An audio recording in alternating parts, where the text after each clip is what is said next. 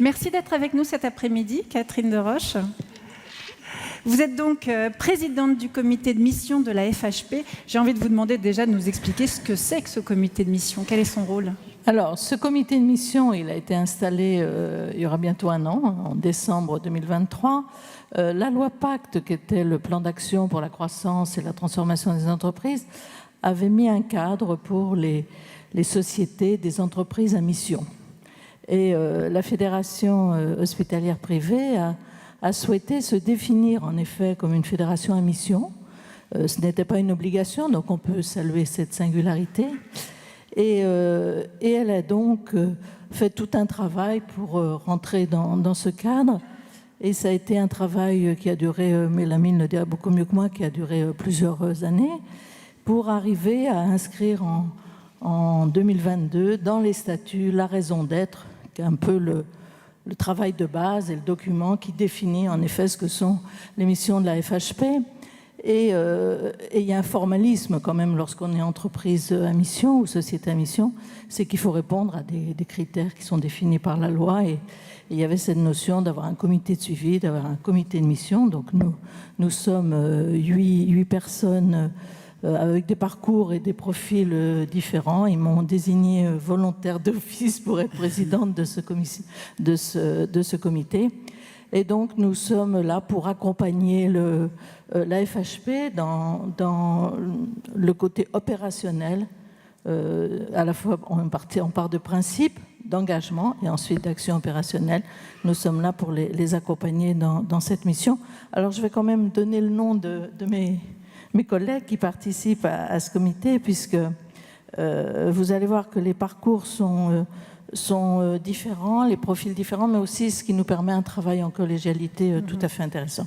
Alors, il y a Atika Lamy, je crois qu'elle est ici, elle vient d'être citée de Vivalto Santé. Il y a Christian Anastasie de l'AFNOR, Martine Aoustin, qui est une conseillère santé et ancienne directeur d'ARS, Sidi Mohamed Gadi, qui est de la Conférence nationale de santé CRSA Île-de-France, David Gruson, qui est du groupe Lumines, Caroline de la Marnière, qui est de l'Institut du capitalisme responsable, et Robin Mort de la MNH, la mutuelle des hospitaliers, MNH, pas MNH. Et puis nous sommes assistés bien évidemment par Béatrice qui participe à toutes nos réunions.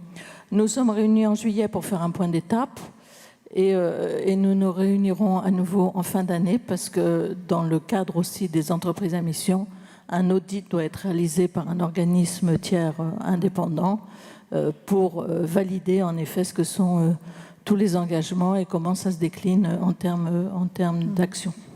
Est-ce qu'on peut revenir sur ce choix de devenir entreprise à mission ? Pour quelles raisons exactement ? Moi, je pense que s'il y a un domaine dans lequel la notion de mission est importante, c'est bien celui de la santé. On est souvent, en effet, sur l'entreprise, les entreprises classiques, ayant des bons de commande, des marchés et autres. Et là, on le voit bien d'ailleurs dans la déclinaison des différentes tables rondes, combien la notion de mission est importante. La santé, c'est au service de tous.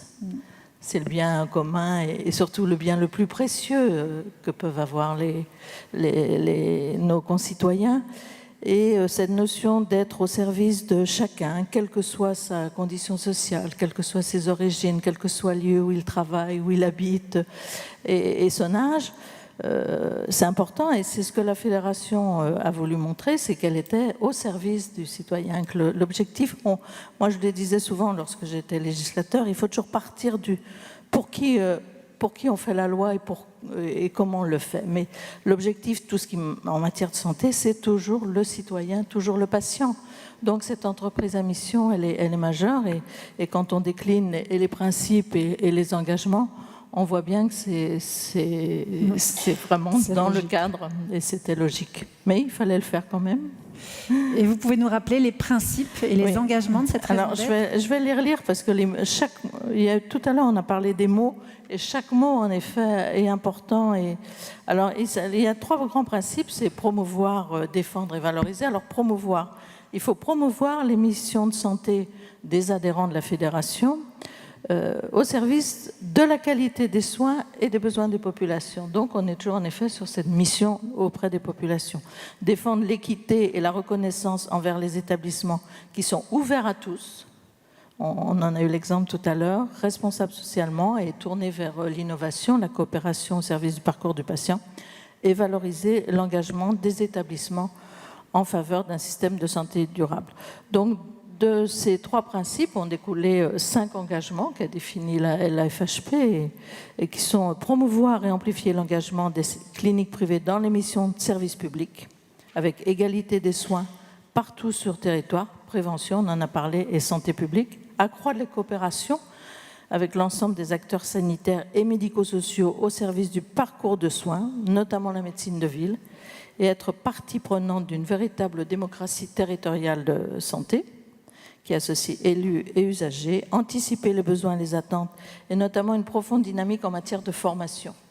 Pour avoir travaillé sur la commission d'enquête sur l'hôpital, on a vu combien les notions de formation étaient majeures en matière de personnel dans les établissements de santé.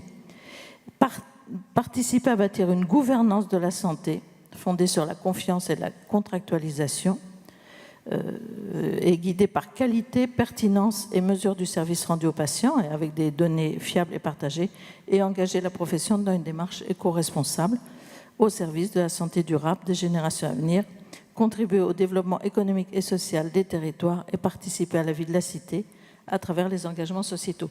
Donc vous voyez des principes, mais aussi des engagements qui sont forts.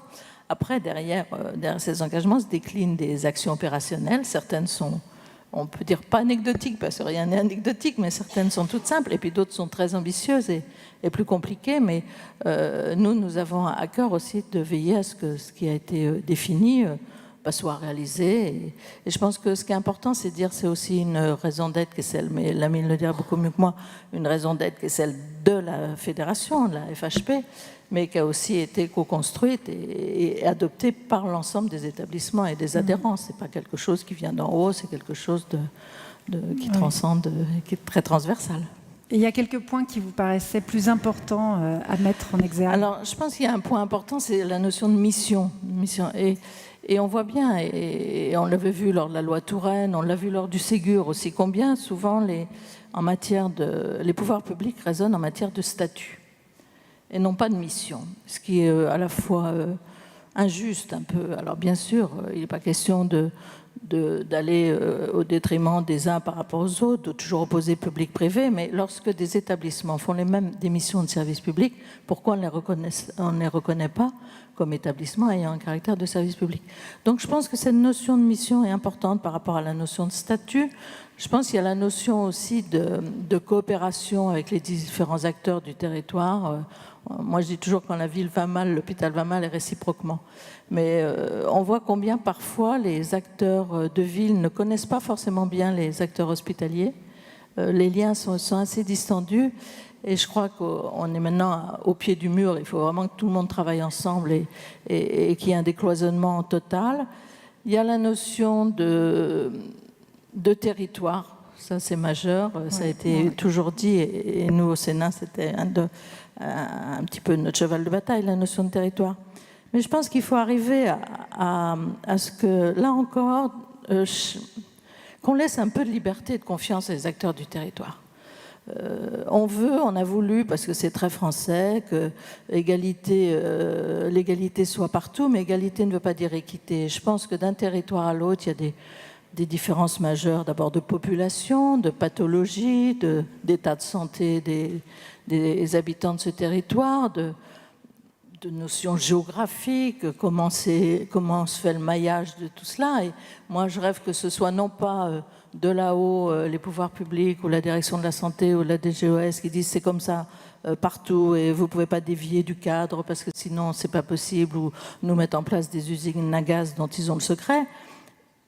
Il faut vraiment laisser confiance, liberté au territoire, charge à eux de s'organiser, bien sûr en contrôlant, il n'est pas question de laisser tout faire, mais que l'ARS soit facilitateur et non pas toujours l'empêcheur de tourner en rond. Mais c'est vraiment de partir du territoire, les uns à côté des autres, pour arriver à répondre aux besoins des populations. Ça, c'est quelque chose qui me semble important. Et puis, formation, prévention. La prévention est, à mon sens, un des facteurs d'économie. On est dans une situation budgétaire très compliquée, mais je pense qu'une des pistes d'économie, elle n'est pas à court terme, la prévention. C'est une piste d'économie à moyen terme, mais si on ne prend jamais le départ de la prévention, on n'y arrivera pas. Donc on a accumulé un retard considérable dans ce domaine-là. Il faut s'y mettre. Bon, ça a quand même démarré, il faut s'y mettre. Et là, il y aura un retour sur investissement, si je puis dire, parce que la prévention, c'est en effet moins d'hospitalisation, c'est une meilleure santé de la population, ce qui est l'essentiel. Mais je pense qu'il y a et dans toutes les actions opérationnelles, on a toujours un petit peu des lignes et des points forts. Merci beaucoup, Catherine. Lamine, est-ce que tu veux rajouter quelque chose? Oui, juste un petit mot. Merci pour cet investissement. Et puis, cette raison d'être, ça n'apporte pas de points, ça n'apporte pas d'argent, ça donne un cap, un sens à notre action. Et merci à Béatrice, merci à Christine pour l'engagement de la profession dans ce mouvement. Et puis, je salue bien sûr Atika, Robin et Christian que je vois ici pour leur participation à ces travaux qui sont pas faciles, pas simples, parce que ça fait réfléchir et puis surtout ça nous change de nos problématiques quotidiennes de tarifs et ça fait du bien aussi, quoi. Merci beaucoup. Je crois que nous avons dans la salle le député Ablot. Est-ce que monsieur Ablot est là? Oui, bonjour. Vous voulez nous rejoindre sur la scène, s'il vous plaît? Vous êtes ici avec nous aujourd'hui. Oh là, vous faites en plus de l'exercice. On voulait profiter de votre présence pour avoir en quelques mots votre regard sur les enjeux de santé et la place évidemment du secteur privé. Déjà un grand bonjour à tous, à toutes, à tous. Alors nous les élus, et je crois qu'il faut qu'on reste humble parce qu'on n'est pas spécialiste dans chaque domaine auquel on est confronté, où on doit donner une position, mais c'est important qu'on puisse échanger, Madame la sénatrice, ou ex-sénatrice, mais vous l'êtes. Je voudrais, sur le débat qui est en cours, apporter un témoignage d'une expérience pour un petit peu alimenter aussi la réflexion. Et un grand bravo à vous, Madame Noëllec, pour cette initiative avec tous vos collègues, la Fédération donc, de l'hospitalisation privée, parce que le problème se pose réellement et beaucoup de préjugés donc, existaient aussi dans la tête de pas mal de décideurs ou d'élus ou de citoyens. J'ai été maire d'une ville donc, de 30 000 habitants et un hôpital important, régional, donc je parle de Vendeuvre. Pendant la crise de la Covid, on a eu les professions de la santé du privé qui nous ont aidés. Et j'ai trouvé que c'était formidable, alors que beaucoup avaient des préjugés sur justement la médecine privée. Et nous, on n'a pas hésité donc à rendre citoyens d'honneur celles et ceux du domaine privé qui s'étaient investis pour casser cette barrière qui est injuste et pour montrer que, comme vous le disiez tout à l'heure, ce qu'il faut regarder, c'est la qualité du service rendu au public et l'équité qui est donnée ensuite aux moyens qu'on doit attribuer justement à ce service, qu'on soit privé ou public. C'est pas le problème, c'est la vraie problématique, c'est de savoir quel est le service rendu. Nous, sur la ville de Vendeuvre, on est une cité un peu dortoir des années 70, deuxième ville du département, on doit refaire un centre-ville qui n'existe pas. C'est les médecins du privé qui nous sauvent parce qu'on va construire une maison de la santé de 4000 m². Et dans cet endroit-là, eh bien, c'est le privé donc, qui investit, évidemment.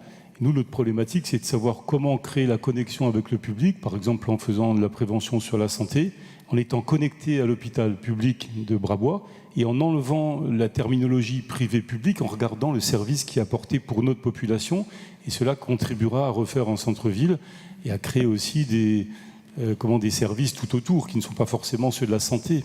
Mais voilà, c'est important de le dire. On a aussi ce sujet-là sur Bar-le-Duc, où dans le domaine de la chirurgie, le privé et le public se donnent la main pour regarder quelles sont les solutions apportées à la population. En tout cas, en tant que député, avec mes collègues, quelles que soient les familles politiques auxquelles on appartient, on a pour devoir de travailler dans ce sens-là, de se donner la main, surtout dans le contexte actuel, où les Françaises nous ont dit de créer les conditions d'une union, de nous rassembler et d'enlever les étiquettes pour regarder l'intérêt du territoire. Vous aviez raison tout à l'heure de l'évoquer, c'est quel est le devenir du territoire. Et donc, pour terminer mon intervention, un grand merci à celles et ceux de l'hospitalisation privée qui rendent quotidiennement des services à nos populations. Et moi qui ai toujours soutenu l'école publique, avec une maman directrice dans une école publique, avec la mère de mon enfant qui est médecin dans l'hospitalisation publique, eh bien, je crois que c'est un faux débat. Ce qui est important, c'est quels sont les moyens qu'on peut accorder à celles et ceux qui investissent pour le public, qu'ils soient privés ou publics. Voilà. Je crois qu'ils seront très sensibles à vos remerciements. Merci beaucoup, Monsieur Tableau. Catherine Deroche, merci beaucoup. Merci à tous les deux. Je vais vous laisser regagner vos places. Sous les applaudissements, je pense qu'on peut encore